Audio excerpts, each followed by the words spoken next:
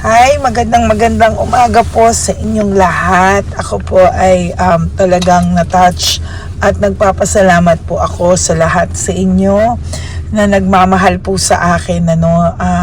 Sobrang overflowing po yung sayang nararamdaman ko. Siguro din po, kaya din po first time po yun na ganun po yung BP ko kagabi, no? Nagulat din po ako, pero natutuwa po ako kasi siguro po binigyan lang po ako ni Lord ng alam niyo po yun, pinoprotect niya din po ako sa mga tao na dapat kong tulungan at mga taong hindi ko din po dapat tulungan.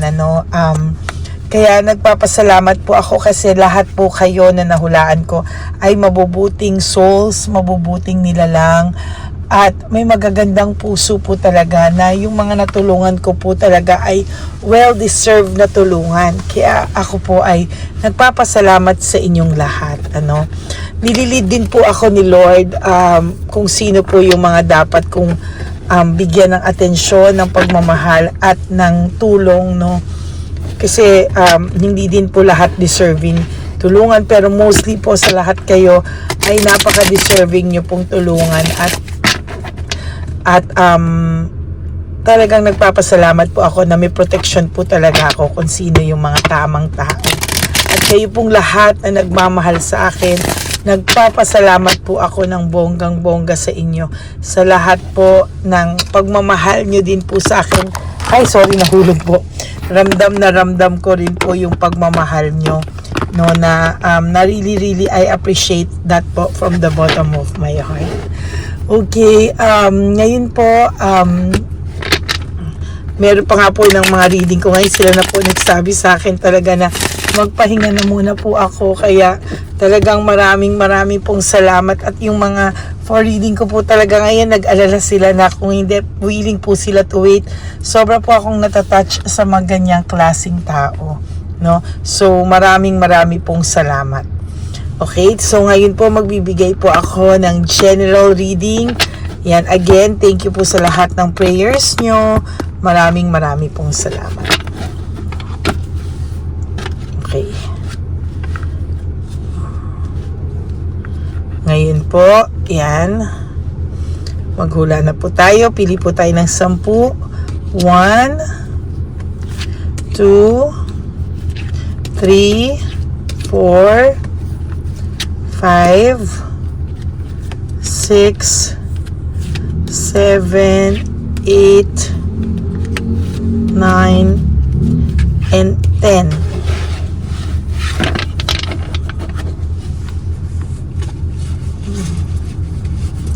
Ngayon po, pili rin po tayo ng 10 dito naman po, no?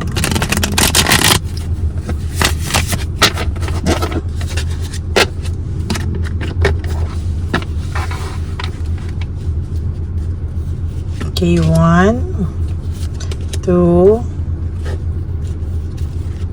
3, 4, 5, 6, 7, 8, 9, and 10.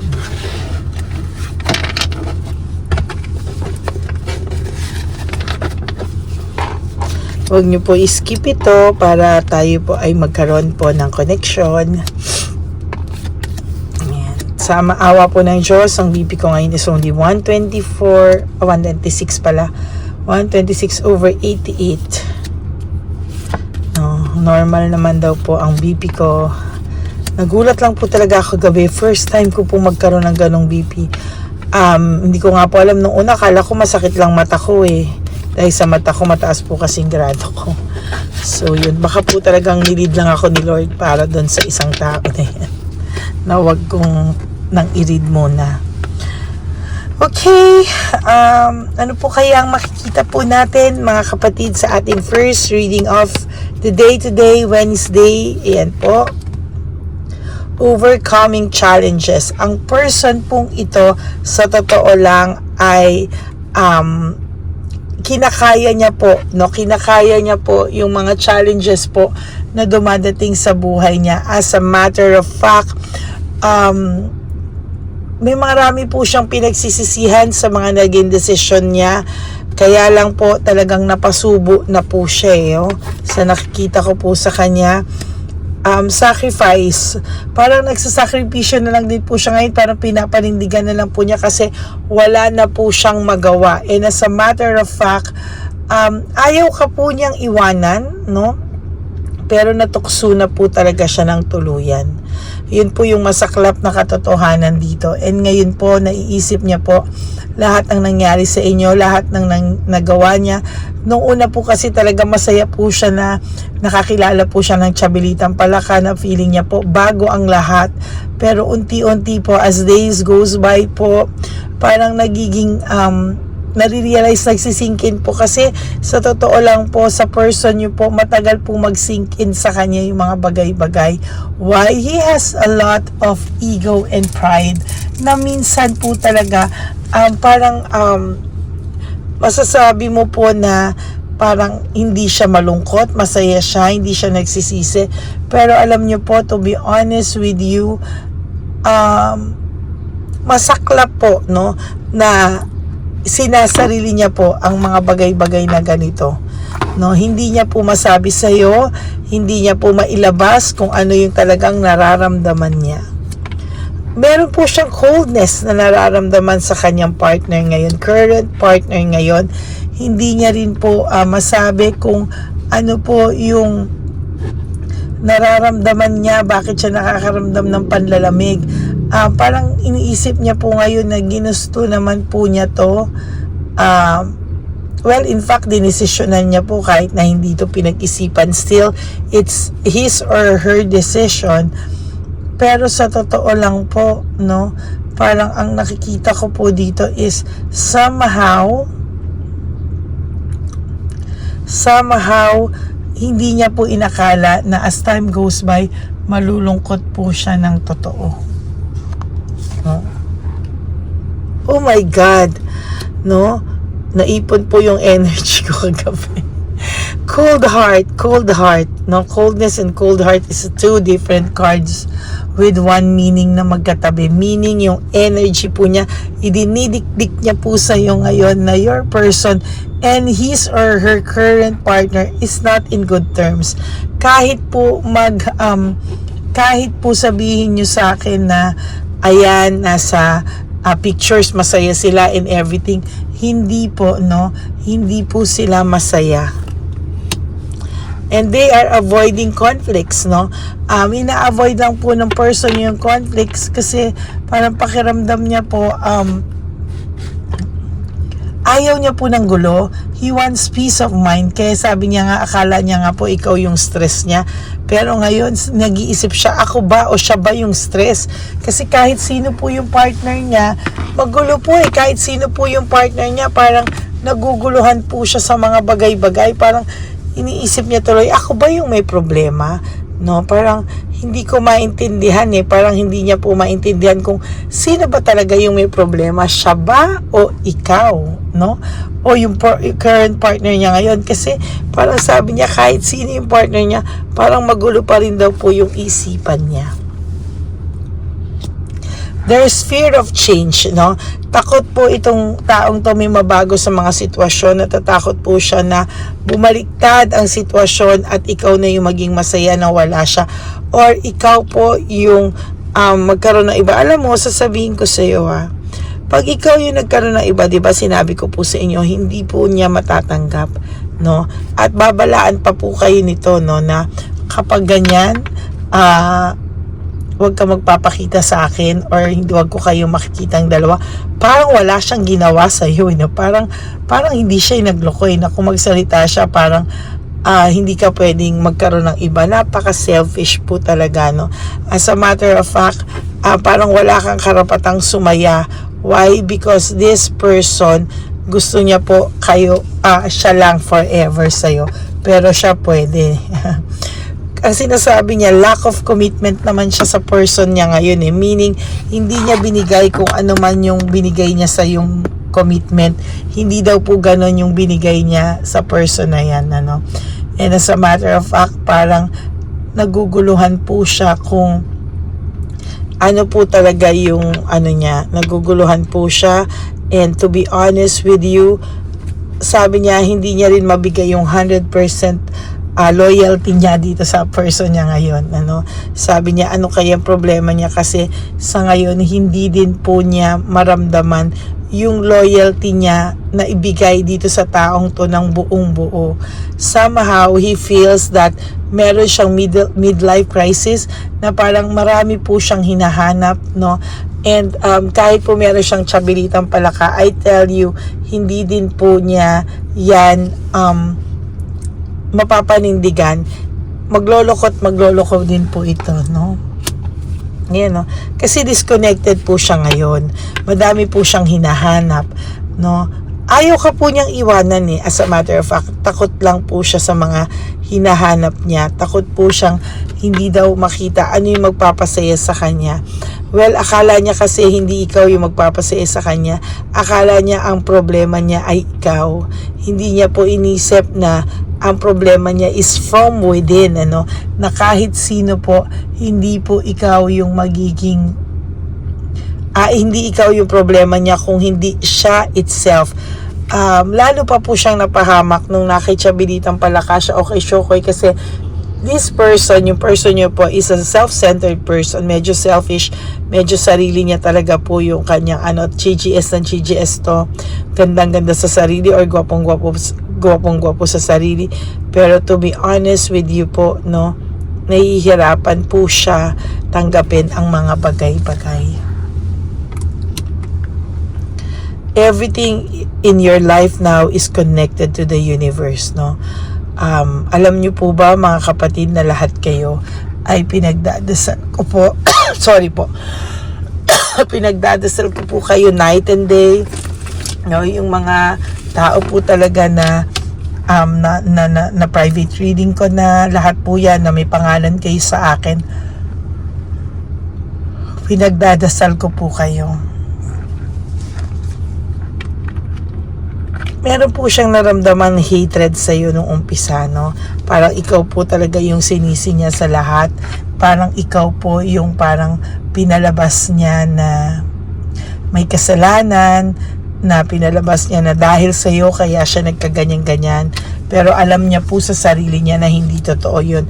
And as a matter of fact, siya po yung naging materialistic, siya po yung tumingin sa iba because of certain things na akala niya po ay mapapasaya siya, pero hindi daw po pala, no? Hindi siya naging masaya. There's anger and argument. Sa totoo lang po, no? May galit pa siya sa iyo Siya pa yung nagalit sa iyo, siya pa yung nag-block sa iyo, siya pa yung madaming sinasabi against your back. Pero sa totoo lang po, ngayon niya na-realize na sana hindi ka na lang niya iniwan, ayaw kanyang iwanan. Pero wala, natukso na siya ng tuluyan at pinanindigan na lang po niya yung mga mali niyang desisyon sa buhay. Ayan, no, leaving behind, walking away, pinagsisihan niya naman po yan. Kaso lang po, nasa isang sitwasyon na siya na nalubog na po siya ng tuluyan, na parang hindi niya rin po alam paano po siya makakaalis dito, no? There's boredom. Naku, kung ano po yung nararamdaman niya sa inyong boredom, nakakaramdam na rin po siya ng boredom ngayon. And as a matter of fact, talagang bored na bored po siya ngayon sa buhay niya, at hindi niya po maintindihan saan nanggagaling yung pagka-aborido niya. Ito pong taong to ay aboridong-aborido sa buhay at hindi niya po alam saan po siya naaaborido. Broken family, shattered dreams, sinira niya daw po kung ano man ang samahan na meron kayo. Siya ang may kasalanan pero sinisi niya sa'yo. Dissatisfied and lack of inner joy. Yan po yung sinasabi ko sa iyo, na kapag mag-isa po siya, no? Kapag mag-isa po siya, talagang doon po lumalabas ang lahat ng pagsisisi niya. Doon po lumalabas lahat ng kanyang kawalan ng inner joy, no? Sa puso niya, talagang diyan po lahat lumalabas, no? And there's meron po siyang problem sa financial and sa pagtatrabaho niya po. Dati ay talaga nagsusumikap ito, pero ngayon po nawawalan siya ng passion, no? Gusto niya po ng ibang buhay.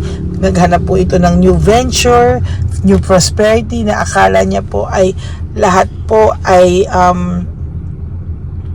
magiging smooth ang transition ng buhay niya, pero nabaliktad po, no, mas naging grabe po yung transition ng buhay niya, and there's insecurity and martyrdom, no. Sa totoo lang po, nagkaroon po tayo ng insecurity dito sa sarili niya, and dahil po dyan, pati po yung partner niya ngayon, current partner niya, has a lot of insecurity dahil alam po ng partner niya na never po niyang makukuha ng buong buo ang current ang partner niyo, ang person niyo, never niya pong makukuha ng buong buo. Okay, so that's it for your first reading for the day today. Ayaw ka man po niyang iwanan, pero natukso na po siya at nalubog sa sitwasyon na meron siya sa ngayon. Okay, magandang umaga po sa inyo. Marami po again. Salamat sa lahat ng nag-alala sa akin. Napakasarap pong maglambing sa inyo at nararamdaman ko po yung pagmamahal niyo sa akin.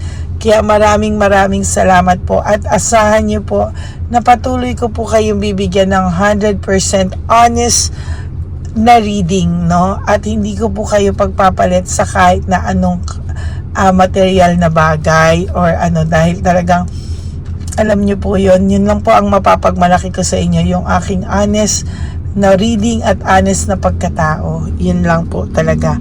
Maraming salamat po sa inyong lahat. May God bless you all. I love you all from the bottom of my heart.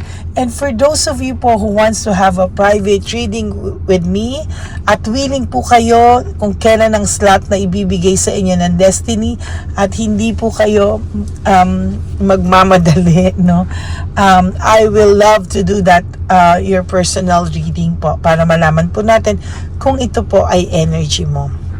Again, no skipping of ads po, tulong nyo na po yan sa channel natin. And yung aking official and only legit FB account ay yung Lady Lee Elena. That's an FB account, no? Sana po ay i-follow nyo na rin po ako dyan, para pag nag-random call po ako ay dyan ko po kayo matatawagan or makukontak at makakamusta, no? Minsan po nangangamusta po ako ng ng aking follower, no? Gusto ko lang po minsan makipagtsikahan, minsan nagugulat po kayo na tumatawag ako. Wala lang po, I just wanna say hi and kamustahin kayo, how's your feeling right now, no? Yan, kasi alam ko po minsan yung simpleng pangangamusta, it means a lot sa taong nasasaktan. Okay? So maraming salamat po. I will be back for another reading, for my second reading po later. Wag po kayo mag-alala, I am much better now. Thank you po dahil ang dami niyo pong nagmamahal sa akin, kaya tayo po ay hindi ko po kayo pababayaan. I love you with all my heart. May God bless you all. Life is short. Don't make it shorter by stressing yourself from all the pains and heartaches na binigay sa inyo na kahapon. Just surrender everything to the divine universe and just let go and let God write your life and love story. Good morning po everyone and have a nice day. Bye! I love you all.